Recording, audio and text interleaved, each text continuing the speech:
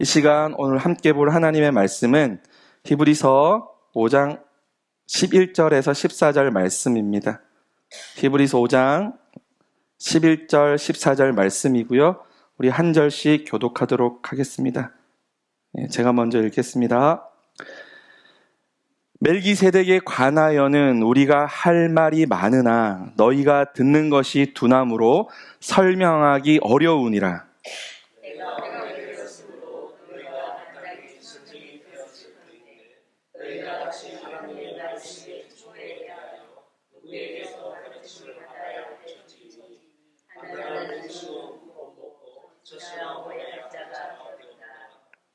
이는 젖을 먹는 자마다 어린아이니 의의 말씀을 경험하지 못한 자요.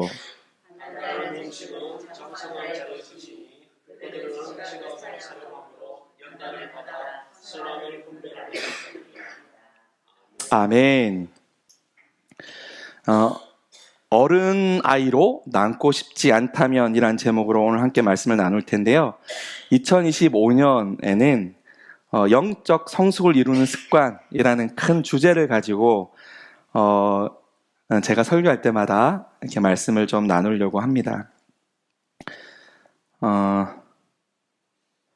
자, 앞에 칠판을 잠깐 보시겠습니다. 나는 왜 여전히 땡땡땡 하지 또는 되지 못하는가? 이 가로 안에 뭐가 들어갈 수 있을까요? 아마 성장. 나는 왜 여전히 성장하지 못하는가? 또 다른 게 있을까요? 나는 왜 여전히 부자가 되지 못하는가? 별로 돈에는 관심이 없으시네요. 죄송합니다. 나는 왜 여전히 변화되지 못하는가? 아이 역시 수요일 저녁에 나오시는 분들은 다 저보다 영성이 뛰어나셔가지고 정답을 다 말씀을 하신 것 같아요. 제 고민입니다. 제 고민이 목사임에도 불구하고 아침마다 드는 고민이 이거예요. 나는 왜 여전히 변화되지 못할까? 나는 왜 성장하지 못할까? 하지만 이 모든 것의 핵심 키워드 단어는 저는 이 행복이라고 생각합니다. 왜냐하면 예수님과 함께 할 때 불행할 수가 없잖아요. 할렐루야. 불행한 게 기적이거든요. 나를 위해 이 땅에 오신 하나님, 당신께서 나와 함께 한다는 사실은 우리의 비어있는 모든 공간이 꽉 찬 상태, 차고 넘치는 상태가 되잖아요. 결핍이 없는 완전한 상태가 되기 때문에 불행할 수가 없어요. 왜냐하면 하나님의 사랑은 완벽하기 때문에. 할렐루야. 자, 그럼 질문을 한번 드려보겠습니다. 하나님과 함께 하십니까? 아멘. 행복하십니까?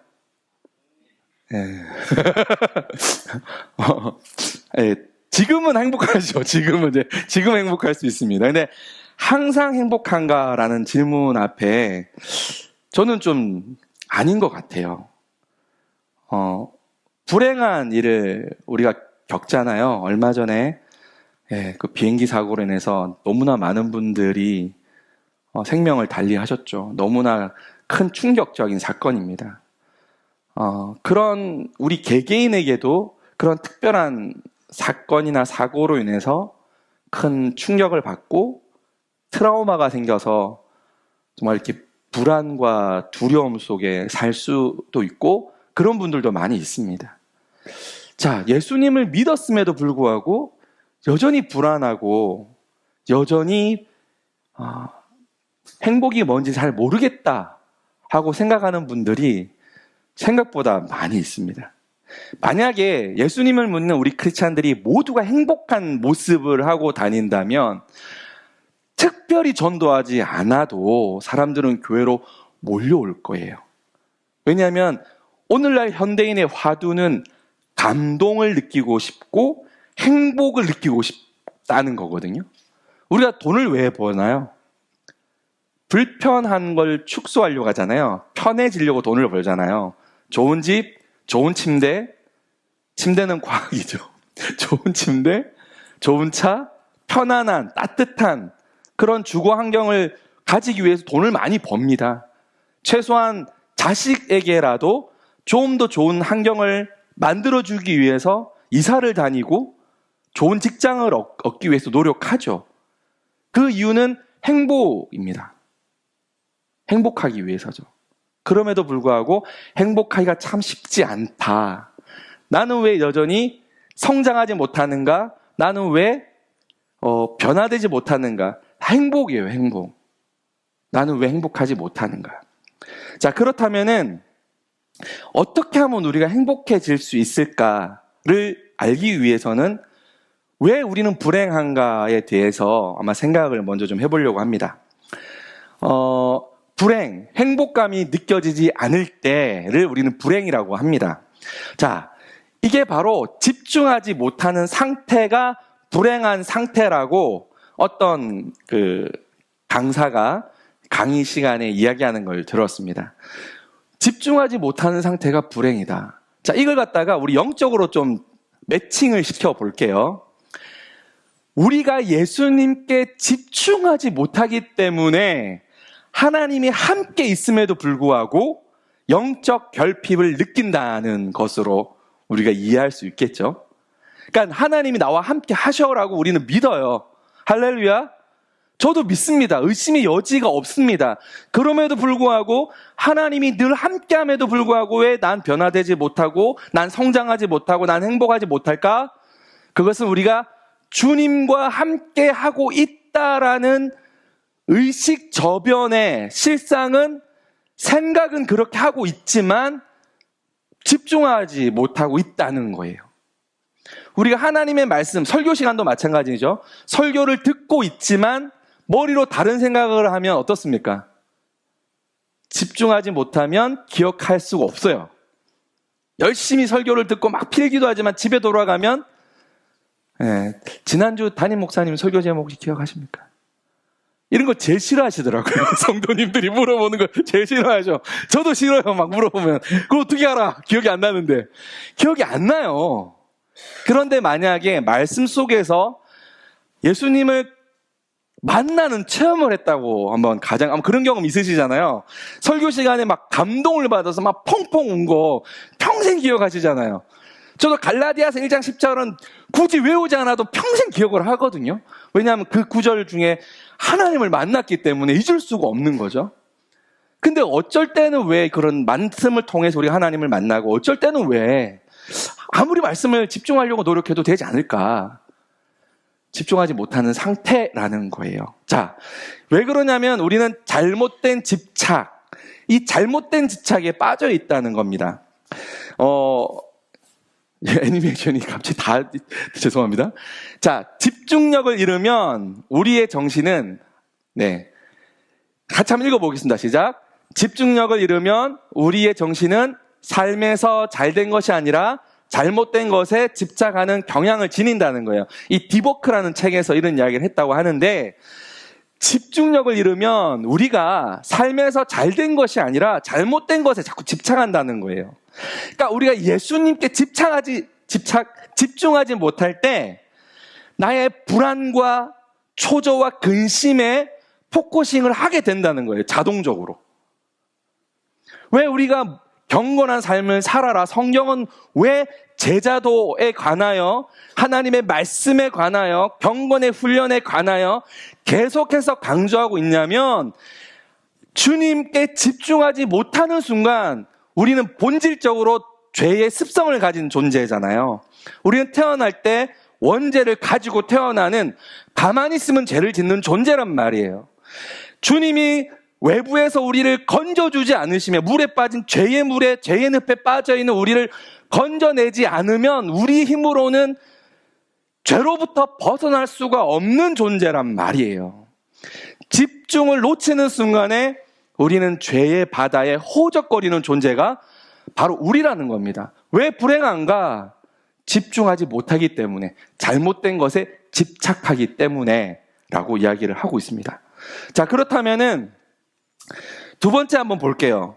두 번째는 왜 우리가 집중하지 못하는가 했을 때 현재의 상실. 이 현재의 상실이란 말이 무슨 말이냐면 지금 현재 하고 있는 일에 집중하는 것을 몰입이라고 하잖아요. 이 몰입을 하지 못할 때 제가 청년들과 자주 상담을 하게 될 때 공통점이 있어요. 이 청년들, 지금 우리나라 청년들의 가장 큰 문제가 현실을 적응하지 못하고 있다고 해요.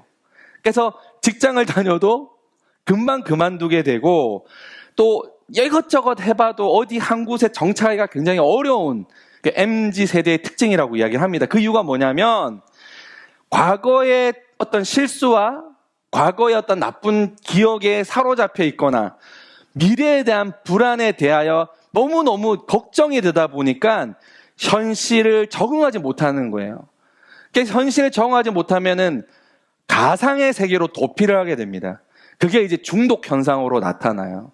그래서 게임 중독에 빠지거나 스마트폰 중독에 빠지거나 또는 약물이나 알코올 중독에 빠지는 현실 도피. 그러니까 현실에 대한 부정과 상실을 통해서 불행을 느낀다는 거예요.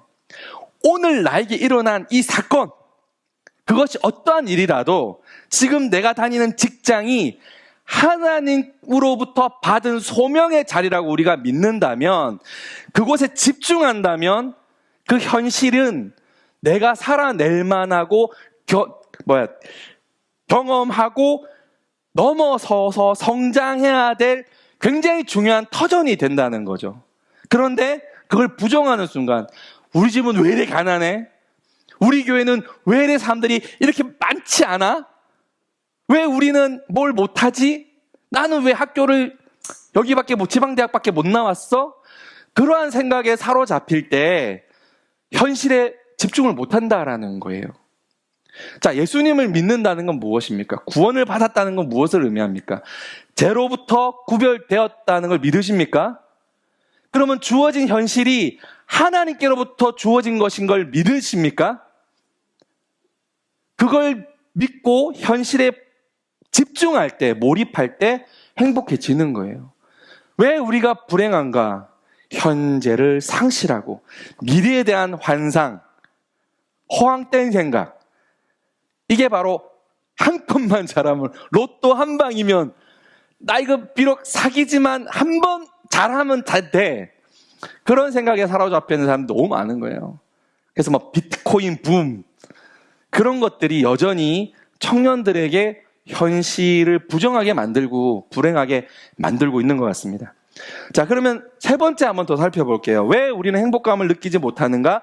왜 집중하지 못하는 상태인가? 세 번째로는 이 관계의 악화 문제예요. 자, 신뢰와 친밀감을 형성하는 이 핵심적인 요소는 경청이라고 이 심리학자 칼 로저스가 이야기를 했습니다. 경청이 뭐죠? 상대방 이야기를 끝까지 들어주는 거예요. 제가 신학교 다닐 때 목회 상담, 목회 심리학을 배웠었는데 목회 상담은 굉장히 쉽습니다. 어렵지 않아요. 들어주면 됩니다. 근데 목사님들이 듣는 게 잘 훈련이 안 되셨잖아요. 맨날 설교하고 가르치고 뭔가 솔루션을 주려고 하다 보니까 듣는 것보다는 자꾸 뭔가를 이야기를 해요. 근데 목회 상담에서 제일 중요한 건 경청입니다. 끝까지 듣잖아요. 그러면 별말 안 해도 본인 스스로가 해결해서 가는 경우가 굉장히 많습니다. 네. 경청이 굉장히 중요한데 상대방에게 집중하지 못할 때 경청할 수가 없죠. 바로 그 얘기를 하는 겁니다. 왜 우리가 불행을 느끼느냐? 누군가와의 만남과 관계를 가질 때 경청에 실패한다는 거예요. 그 사람에게 집중하지 못하기 때문에 관계가 깨어진다는 겁니다. 오늘도 마찬가지입니다. 우리가 수요 예배에 누구와 만나기에 오셨습니까? 강동희 목사를 만나러 오신 거 아니잖아요. 하나님을 만나러 왔습니다. 할렐루야. 자, 그러면 우리가 주님의 말씀에 경청해야겠죠. 그죠? 경청하기 위해서 제일 중요한 게 무엇일까요? 집중입니다. 집중. 누구에게? 하나님께. 이 시간만큼은 저의 말이라고 듣지 마시고 누구의 말이라고? 하나님의 말씀이라고 집중하고 들으셔야만 돼요. 할렐루야. 그래야 경청이 됩니다. 자, 관계의 핵심은 적극적 경청이다. 자, 우리가 불행한 이유, 우리가 행복감을 느끼지 않는 이유에 대해서 세 가지를 설명을 드렸는데, 첫째가 뭐죠? 네? 네, 잘못된 집중. 두 번째가?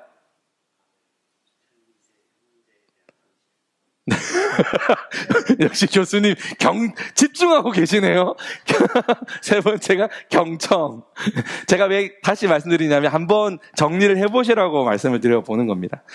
자, 우리가 ADHD라고 좀 많이 들어보셨잖아요. 이게 무슨 뜻이죠? 예. 예. 주의력 결핍 과잉 행동 장애예요. 장애. 이게 질환입니다. 질환. 병이에요. 병. 네. 그런데 놀랍게도 지금 초등학교 기준으로 한 반에 3명에서 4명 정도가 이 ADHD 질환을 앓고 있다고 해요. 네. 그리고 70% 이상은 유전적인 문제라고 합니다. 왜 이 질환이 생기는지는 아직은 모른대요. 과학자들도 의사들도 정확한 원인을 모른다고 합니다. 근데 한 70%는 유전적인 거라고 해요. 그러니까 이 아이가 특별히 뭔가 문제가 생겨서 그런 게 아니라 유전적인 결함으로 인해서 이 뇌에 장애가 생긴 거죠. 뭐 도파민 이런 여러 가지 신경 물질이 균형을 이루지 못해가지고 신경이 날카로워지거나 그러니까 막 어수선하거나 집중하지 못하는 그런 상태를 뜻한다고 합니다. 그런데 영적인 ADHD도 있어요. 100% 이건 유전입니다. 아까 말씀드렸다시피 우리는 원죄를 가지고 태어나잖아요. 우리는 태어나는 순간 죄의 질병을 다 앓고 있습니다. 이거는 예수 그리스도의 보혈의 피가 아니고서는 치유가 안 됩니다. 다 접종 받으셨죠? 우리는 영적 ADHD로부터 우리는 치유된 줄 믿습니다. 그런데 문제가 뭐냐면 우리가 여전히 이 세상의 영향력 속에 살고 있다는 거예요. 무슨 말이냐면 우리는 예수 그리스도로 말미암아 거듭났고 구원받은 주의 백성이 되었습니다. 할렐루야. 그러나 우리가 천사가 아니에요. 여전히 육신을 입고 있는 인간의 존재이기 때문에, 육신을 입고 있기 때문에 이 세속적인 악한 영향력을 지속적으로 받고 있는 거예요. 그래서 계속해서 치료를 이어가야 하는 겁니다. 물론 우리의 완전한 질병은 치유가 됐어요. 우리가 주님 오시는 그날에 또는 우리가 하늘나라 갈 때 우리는 변화된 모습으로 주님께로 가게 될 줄 믿습니다. 하지만 이 땅에 살아갈 때는 왜 우리가 행복하지 못할까? 왜 우리는 변화되지 못할까? 이 악한 세속적 영향, 사탄 마귀의 공격에 끊임없이 노출되어 있기 때문에 영적 ADHD, 그러니까 주의력 결핍증에 시달리고 있습니다. 과잉 행동 장애가 교회에 있어요. 교회 생활에 굉장히 열정적인 분들이 있습니다. 막 교회 일 한다 그러면 나와가지고 막 열심히 하세요. 그런데 그분이 나중에 알고 보면은 교회의 모든 관계를 다 깨뜨리기도 하고 그 열심히 너무 지나치다 보니까 막 목사님들의 가장 큰 고민거리가 되고 그런 분들 저 큰 교회 있을 때 많이 봤습니다. 많이. 특히 교회에서 열심히 정말 열정적으로 하는 집사님들 중에 문제가 없는 가정이 없어요. 그러니까 마치 자기의 어떤 가정의 문제나 내적인 문제를 감추기 위해서 더 막 열심히 과잉 종교 활동을 하시는 분들이 많으세요. 네. 영적 ADHD인 거죠. 혹시 이 자리에 계신 분 한번 자기를 스스로 한번 진단해 보십시오. 나는 영적인 ADHD, 주의력 결핍이나 과잉 행동을 하고 있진 않는가? 제가 볼 때는 임마누엘 교회는 좀 과잉 행동이 필요해 보이긴 합니다. 조금은. 자, 오늘 본문 말씀을 통해서 이 영적 ADHD에 대한 처방을 좀 받으려고 하거든요. 오늘 본문 말씀을 한 2가지 정도로 요약해서 설명할 수가 있는데요. 첫째는 신앙생활을 오래 하였다면 마땅히 복음의 진리를 가르치는 선생이 되어야 함에도 불구하고 여전히 젖을 먹는 어린아이 상태로 머물러 있는 우리들의 모습을 지적하고 있습니다. 둘째로는 성도들은 영적으로 자라나야 하며 지각을 사용함으로 영적 분별력을 통해 성숙해져야 한다는 것을 이야기하고 있습니다. 자, 오늘 히브리서 기자는 오늘 히브리서를 통해 오늘 본문을 통해서 이와 같은 내용으로 우리를 권면하기를 원하고 있는 것입니다. 자, 그러면은 좀 더 세부적으로 좀 설명을 좀 드려볼게요. 자, 성장하지 않는 자의 특징이 있습니다. 어떤 특징이 있을까요? 첫째는 둔한 자라고 이야기하고 있습니다. 11절에 보면 너희가 듣는 것이 둔함으로 설명하기 어려우니라고 이야기하고 있어요. 자, 이게 무슨 말이냐면 노력하지 않아 무지한 상태에 빠진 것을 의미하고요. 돌과 같이 무감각한 사람들을 의미합니다. 자, 멜기세덱. 이 히브리서가 제가 오늘 저 히브리서 전공 박사님이 뒤에 계셔가지고 제가 본문을 잘못 선택한 것 같은데 히브리서로 설교하지 않는다는 거예요. 김 목사님이 너무 어려워서. 그래서 잘못됐나? 본문을 잘못 선택했나? 순간 흠칫했었는데 얇게 보는 사람이 넓게 보는 경향이 있기 때문에 좀 넓게 이해를 좀 해보려고 합니다. 자, 멜기세덱 반차, 되게 어려운 이야기가 나와요. 반차란 말은 서열을 의미합니다. 제사장에는 두 서열이 있어요. 아론의 서열, 아론의 반차가 있고요. 이게 레위인들이죠. 그 다음에 멜기세덱의 반차, 멜기세덱의 서열, 계열이 있습니다. 예수님은 아론의 반차가 아니라 누구? 멜기세덱의 반차를 따르는 제사장이라는 거예요. 자, 멜기세덱은 유대인입니까? 아닙니까? 몰라요. 모릅니다. 살렘 왕, 그죠? 아브라함을 축복했던 제사장으로 등장하잖아요. 하지만 예수 그리스도는 우리의 대제사장, 그러니까 아론의 계열이 아니라 어떤 신적인 존재로도 비유가 되는 그런 대제사장 예수를 의미하고 있다. 그런데 그러한 가르침을 유대인 그리스도인들이 못 받아들이는 거예요. 사실은 멜기세덱에 관한 이야기는 유대인들은 너무 잘 알고 있습니다. 그죠? 구약에 정통하니까 근데 영적인 구분을 못하는 거예요. 설명을 해도 알아듣지를 못하는 거예요. 교리를 가르치는데 그러니까 예수 믿으면 구원 받아, 예수 믿으면 천국 가, 그 외에는 더 이상 말할 게 없는 사람들이 너무 많습니다. 교회 안에. 사실은 우리가 이제 2월 달부터 CWT 관계전도 훈련을 이제 본격적으로 할 텐데요. 그러면은 복음의 정수, 우리가 어떻게 말씀을 준비해서 예수 믿지 않는 사람에게 예수님을 왜 믿어야 하는지, 구원이 무엇인지, 은혜가 무엇인지, 거듭난 이후에 우리는 어떤 삶을 살아야 하는지를 다 가르치셔야 되거든요. 그게 CWT 훈련의 핵심입니다. 내가 누군가를 만나서 제자 삼는 자까지 성숙하여 선생이 되는 것이 CWT 훈련의 본질이거든요. 단순히 관계, 내가 아는 사람을 잘해줘가지고 교회에 데려오는 게 목적이 아니라 그에게 딱 앉혀가지고 복음을 제대로 가르치는 훈련을 하는 거예요. 그 훈련을 하지 않으면 사실은 이렇게 예수 믿으면 우리 교회는 참 좋아요. 우리 목사님 말씀이 참 좋아요. 우리 교회 점심이 참 맛있어요. 이런 걸로 전도 물론 할 수 있지만 가르쳐야 된다는 거예요. 그런데 지금 유대인 그리스도인들은 멜기세덱의 반차, 예수님의 대제사장에 관한 그 가르침에 대하여 영적으로 이해를 못하고 있는 거예요. 지금 그러한 선생되어야 함에도 불구하고 여전히 유학, 갓난아기와 같은 상태인 것, 둔한 자라는 겁니다. 여러분 어떠세요? 여러분 예수님에 대해서 잘 아세요? 하나님에 대해서 잘 아세요? 저는 잘 모르겠어요. 저는 신학교 7년을 다녔고 지금 목회를 한 20년간 해오고 있는데 굉장히 늙은 것 같은데 갑자기 제가 막 늙은 것 같은 느낌이 드는데 올해 환갑을 축하드립니다, 목사님. 나이 디스 한번 해드리고 잘 모르겠어요. 여전히 둔한 자인 것 같습니다. 이 히브리 기자의 이 가르침은 저를 향한 거예요. 진짜 잘 모르겠어요. 자, 두 번째 한번 보겠습니다. 자, 두 번째, 선생되지 못한 자입니다. 자, 12절을 제가 한번 읽어보겠습니다. 너희가 다시 하나님의 말씀의 초보에 대하여 누구에게서 가르침을 받아야 할 처지, 선생이 되어야 하는데 여전히 가르침을 받아야 하는 처지라는 거예요. 자, 기독교 신앙의 기본적 진리를 가르쳐 줄 수 있는 선생이 되어야 함에도 불구하고 여전히 다른 사람의 가르침을 필요로 하는 자들이라는 겁니다.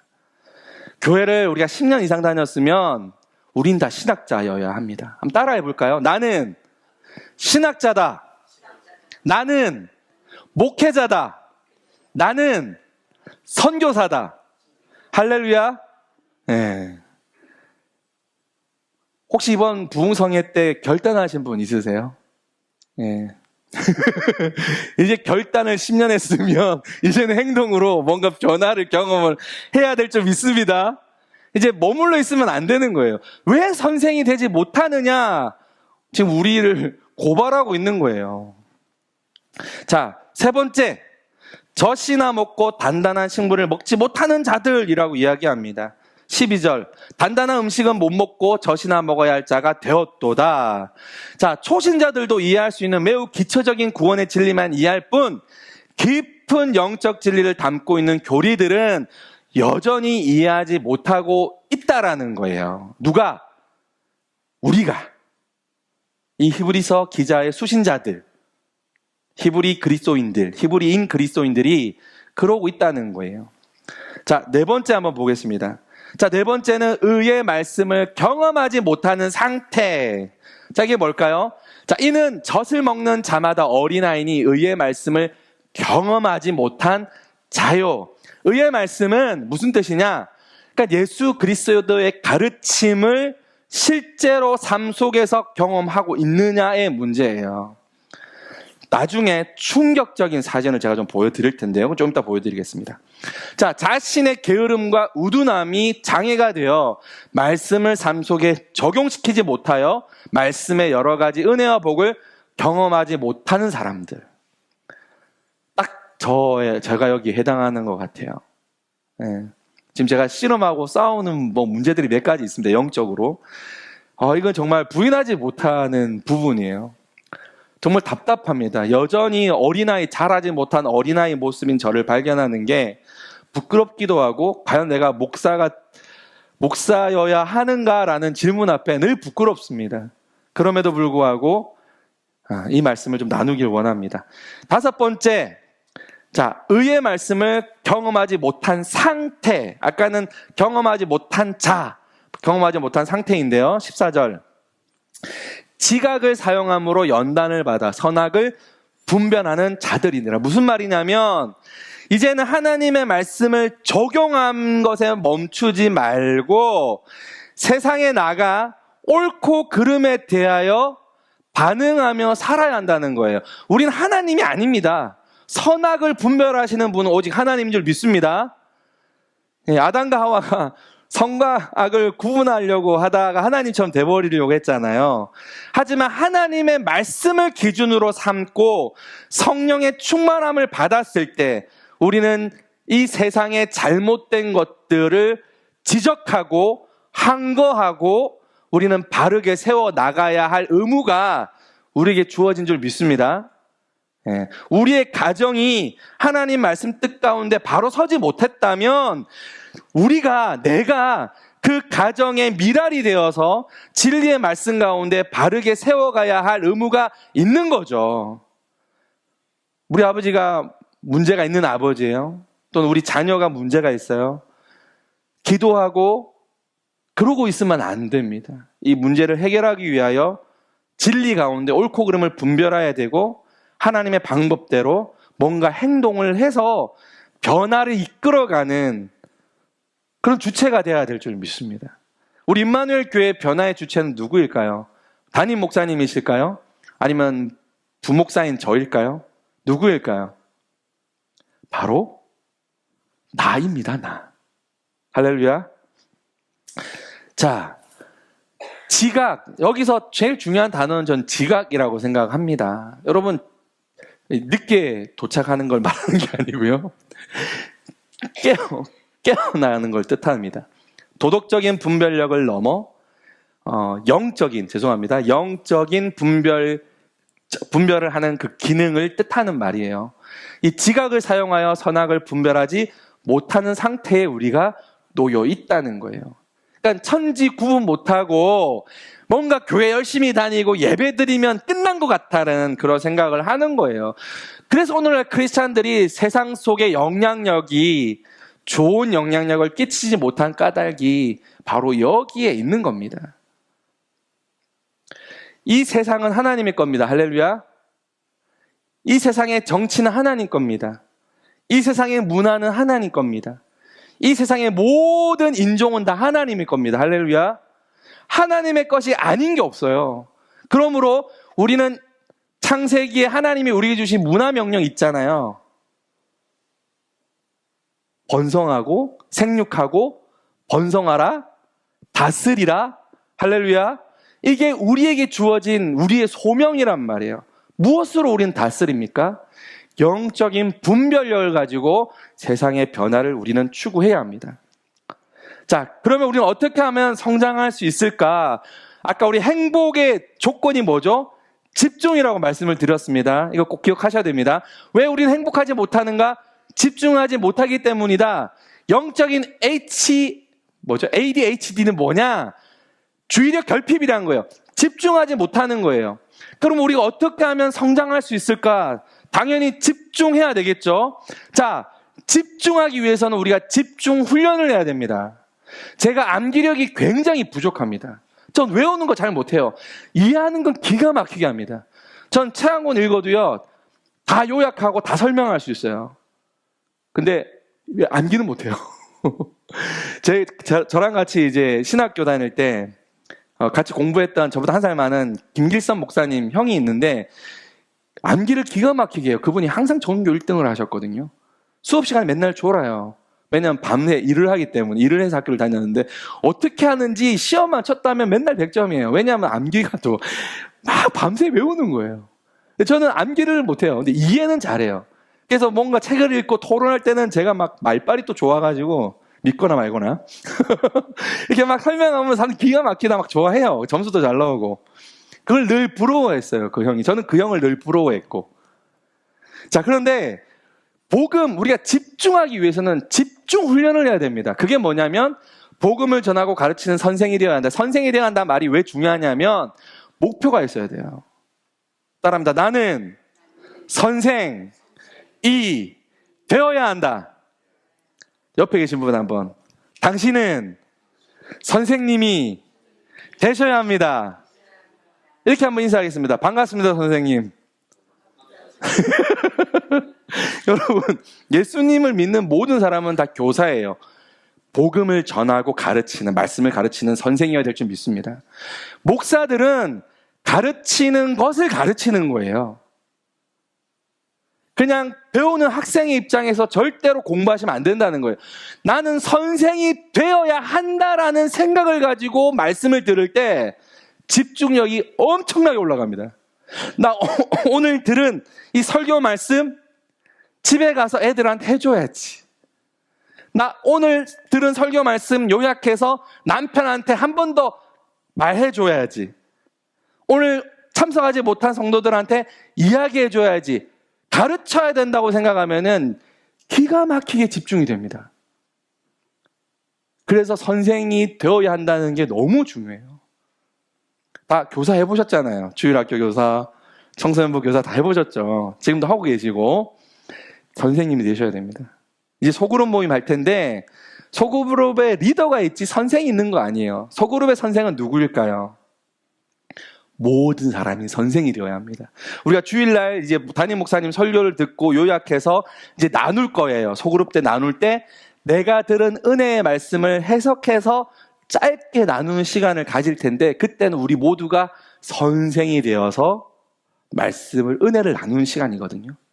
자, 그렇다면 우리 교인들의 이제 주일 예배 설교 시간에 집중력이 올라갈까요? 떨어질까요? 저는 1000% 양상일지 않을까 기대감이 있습니다. 물론 노린 것도 있어요. 그런 것도 노린 것도 있는데, 왜냐하면 말씀이 너무 좋잖아요. 그 말씀을 붙들고 서로 가르칠 때 집중력이 굉장히 올라갑니다. 그래서 오늘 이 히브리서 기자는 우리들에게 명령하는 거예요. 넌 선생이 되어야 해, 반드시. 왜냐하면 성장하는 것과 교사, 선생이 되는 것은 같은 의미예요. 땅끝까지 이르러 뭐가 되라? 내 증인이 되라, 가르치라, 침례를 주고 가르치라, 선생이 되어야 하는 겁니다. 예수님께 부름을 받는 순간 우리는 선생이 될 준비를 해야 돼요. 매일매일. 할렐루야. 복음을 전하고 가르치는 선생이 되어야 한다는 걸 각인하는 게 굉장히 중요합니다. 두 번째로 기독교 기초 교리로부터 깊고 폭넓은 교리 공부로 넘어가야 돼요. 우리가 하나님 말씀을 배울 때, 우리 요번에 이제 여호와의 날이란 주제로 그 소선지서 3개를, 예언서 3개를 봤잖아요. 말라기서랑 뭐 봤죠? 스바냐, 하박국. 그렇죠. 예. 호세아는 담임 목사님 설교하셨죠. 그 선지서 한 권을 다 통째로 우리가 공부를 했잖아요. 그죠? 좋으셨죠? 예. 말씀을 보다 깊게, 넓게 우리가 이해하는 게 너무나 중요합니다. 그 말씀을 잘 기록하고 이 말씀을 내가 누군가에게 가르쳐야지 그 생각으로 공부를 하신다면 굉장히 좋습니다. 또 우리 담임 목사님이 또 이제 조직신학 교수님이시잖아요. 지금 어려우시죠? 신학 연구원 영상 지금 많이들 포기하셨을 텐데 굉장히 어렵습니다. 제가 들어도 굉장히 어려워요. 그런데 꾹 인내하고 참고 계속 공부하면 그게 굉장히 깊은 은혜의 도가니가 되고요. 은혜의 샘이 막 흘러 넘칩니다. 제가 아시다시피 전 그림을 전공한 사람이에요. 저는 빨간머리 M 말고는 고전 문학을 읽어본 적이 없는 사람입니다. 왜 웃으세요? 빨간머리 M을 무시하는 게 아니라 제가 읽은 책이 그게 많지가 않아요. 지금도 인문학적으로 굉장히 좀 부족한, 소양이 부족한 목사예요. 만화책은 굉장히 많이 봤습니다. 뭐 무협지도 굉장히 많이 봤는데 왜 이런 얘기를 제가 드리냐면, 그럼에도 불구하고, 그런 부족한 소양임에도 불구하고 너무나 하나님이 알고 싶은 거예요. 너무나 예수님이 궁금한 거예요. 그래서 신학교에 조직신학 공부할 때 집중을 했어요. 제가 조직신학 교리를 공부하면서 펑펑 울게 될 줄은 상상도 못했습니다. 하나님이 어떤 분인지를 알기 시작할 때요, 예수님이 어떤 분인지를 알기 시작할 때 그 은혜는 이루 말할 수 없어요. 여러분, 요한복음 3장 16절 한 절 가지고 물론 천국 갈 수 있어요. 하지만 매일매일의 감동과 감격은 좀 어려울 수 있습니다. 말씀을 깊이, 교리를 깊이 이해하고 공부하기 시작할 때 매일매일의 우리의 삶이 감격과 감동으로 차고 넘치게 될 줄 믿습니다. 그래서 신학 공부를 해야 되는 거죠. 자, 세 번째로 일상 속에서 영적 깨달음을 적용하고 경험해야 한다. 너무나 당연하죠. 너무나 당연한데 가장 어려운 부분이에요. 왜 어렵냐면 1번과 2번이 되지 못하기 때문에 그렇습니다. 내가 가르치는 선생이라는 인식이 없기 때문에 배울 때 집중력이 떨어져요. 내가 선생이다, 나 누군가에게 말씀을 가르쳐야 돼, 오늘 들은 목사님 말씀을 나는 가르치는 사람이야 라고 생각하고 말씀을 깊이 이해하고 해석하고 내 삶에 적용하고 깊고 넓은 교리를 이해하기 시작할 때, 내가 영적으로 신학적으로 차고 넘치기 시작할 때 비로소 적용이 일어나요. 비로소 적용이 일어납니다. 어린아이가, 갓난아기가 갑자기 뛰어다닐 수가 없잖아요. 수십 번 일어섰다 넘어졌다를 반복을 해야만 어느 순간에 뛰는 순간이 오는 겁니다. 우리가 하나님의 말씀을 붙들고 정말 아무도 보지 아니하는 그 공간 속에서 말씀을 가지고 씨름하는 그 씨름의 순간이 있어야만 복음을 전하고 말씀을 가르치는 순간이 오게 되는 거예요. 그 순간이 여러분에게 있느냐라는 겁니다.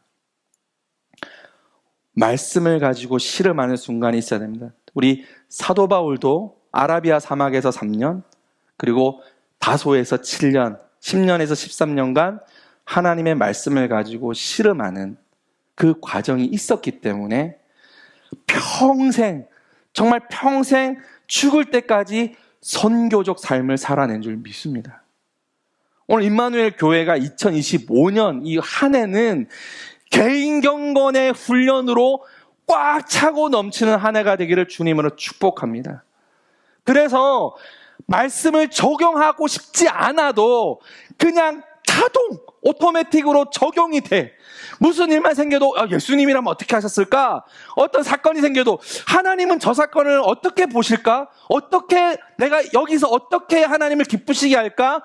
그런 생각이 습관으로 막 튀어나오는, 그래서 평화가 깨져 있는 그 순간에 화평한 존재로, 할렐루야, 누군가가 결핍돼서 외로워서 불행에 힘겨워할 때 그의 곁에서 아름다운 벗이 되어질 수 있는, 그것이 너무나 자연스럽고 그의 핍박이 즐겁게 여겨지는, 원수가 오른쪽 밤을 때렸는데 왼점을 돌려대는 것이 너무나 자연스럽고 그것이 행복하게 느껴지는 그 순간, 충만한 순간이 우리에게 경험되어지기를 간절히 바라봅니다. 자, 충격적인 그림입니다. 어떤 그림이죠? 아기입니다. 아기의 특징이 뭡니까? 귀여워요. 네. 머리만 대딱 크죠. 손발은 작습니다. 바로 오늘 히브리서 기자가 그 유대인 그리스도인들을 향하여 이와 같다는 이야기를 하는 거예요. 이제 충격적인 사진이 등장을 하게 되겠습니다. 지금 저의 영적인 상태예요. 네. 중요한 거는 지금 저의 상태를 인지하는 게 제일 중요합니다. 그래서 내가 목사고, 내가 이때까지 교회 목사로서 사역한 게 몇 년인데 아무 의미 없어요. 지금 내가 불행하다 싶다면 목사가 뭔 소용이에요? 하나님이 함께 하지 않는데. 아니요, 하나님 함께 계시죠? 내가 하나님을 자각하지 못하는데, 하나님을 인식하지 못하는데 무슨 소용이 있겠습니까? 오늘 영적 성숙을 이루는 습관 첫 번째, 뭐라고요? 집중하라. 크게 한번 읽어보겠습니다. 시작. 집중하라. 무엇에? 예수 그리스도께 집중하라. 그러려면 어떻게 해야 된다고요? 선생이 되어야 되고요. 선생이 되어야 합니다. 여러분, 가르치기 위해서 이 자리에 있는 거예요. 그걸 놓치시면 안 됩니다. 그리고 집중하려면 어떻게 됩니까? 시간과 장소와 도구가 반드시 필요합니다. 시간은 구별된 시간이 필요해요. 자, 예배는 집에서 TV 영상 틀어놓고 드리는 게 잘 드릴까요? 교회 나와서 드리는 게 잘 드릴까요? 너무 당연하죠. 저도 집에서 예배 드려봤어요, 영상으로. 일단 옷차림부터 예배 드릴 자세가 안 돼요. 안 돼. 처음에는 막 옷도 갈아입고 다들 모여가지고 안 돼요. 한 2, 3주 지나면요, 위에는 멀쩡한 옷이고 아래는 반바지고 뭐 그런 상태가 됩니다.